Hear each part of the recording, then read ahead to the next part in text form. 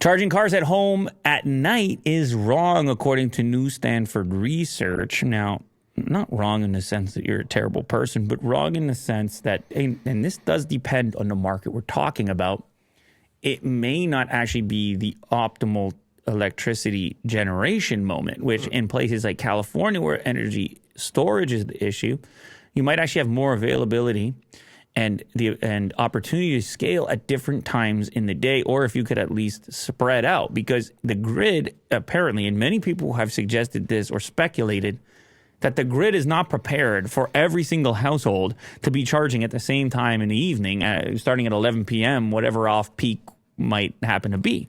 It's going to be always on peak forever. Peak, double peak. The vast majority of electric vehicle owners currently charge their cars at home in the evening or overnight. And the other thing to mention about that is that these chargers are not really that quick, what you have at home. Yeah, it's a slow burn. So you need to have it over time. Mm-hmm. And outside of work, the only other opportunity you have to charge it for most people is at home. Mm-hmm. And so if all of a sudden it becomes that the people are charging abundantly in the evening, mm-hmm. what is option B? Because by that time, you're trying to have this infrastructure laid out and you're trying to have these other charging options. Now, I know you have the supercharger network with Teslas and you have all types of other things emerging for faster charging, but the study seems to suggest that the best case scenario is people are charging at work. Yes. But as you know, how many workplaces are actually set up for this type of thing? Mm-hmm. Research team published a paper on a model they created for charging demand that can be applied to an array of populations and other factors. In the new study published in Nature Energy, they applied their model to the whole of the western United States and examined the stress the region's electric grid will come under by 2035 from growing EV ownership. In a little over a decade, they found rapid EV growth alone could increase peak electricity demand by up to 25%. At least. Mm-hmm. To limit these costs of all that new capacity for generating and storing, the researchers say drivers should move to daytime charging at work or public charging stations.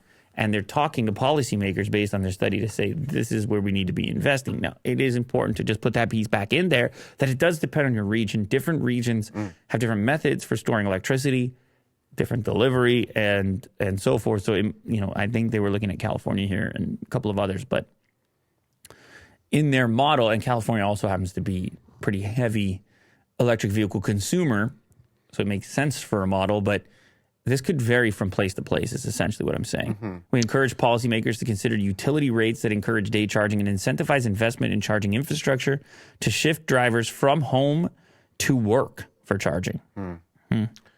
Yeah, I've considered solar and just have like a power wall situation where to just store energy or battery and then just charge it whenever. Now, the solar is not great around here. Not here, no. You start talking about the snow and the overcast and the seasons. I mean, you could do okay. You could also put a windmill in your backyard as one of their options. Okay.